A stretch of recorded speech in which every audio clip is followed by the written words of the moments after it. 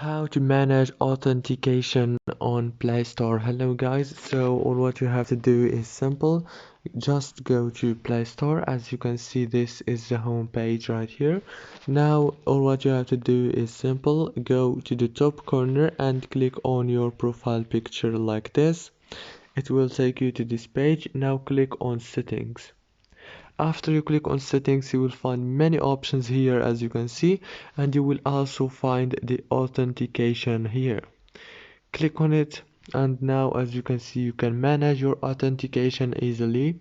You can turn on biometric, or you can require authentication for purchases. Very easy and fast, as you can see. And I hope this video was helpful. Don't forget to like and subscribe. Thank you so much for watching. See you later.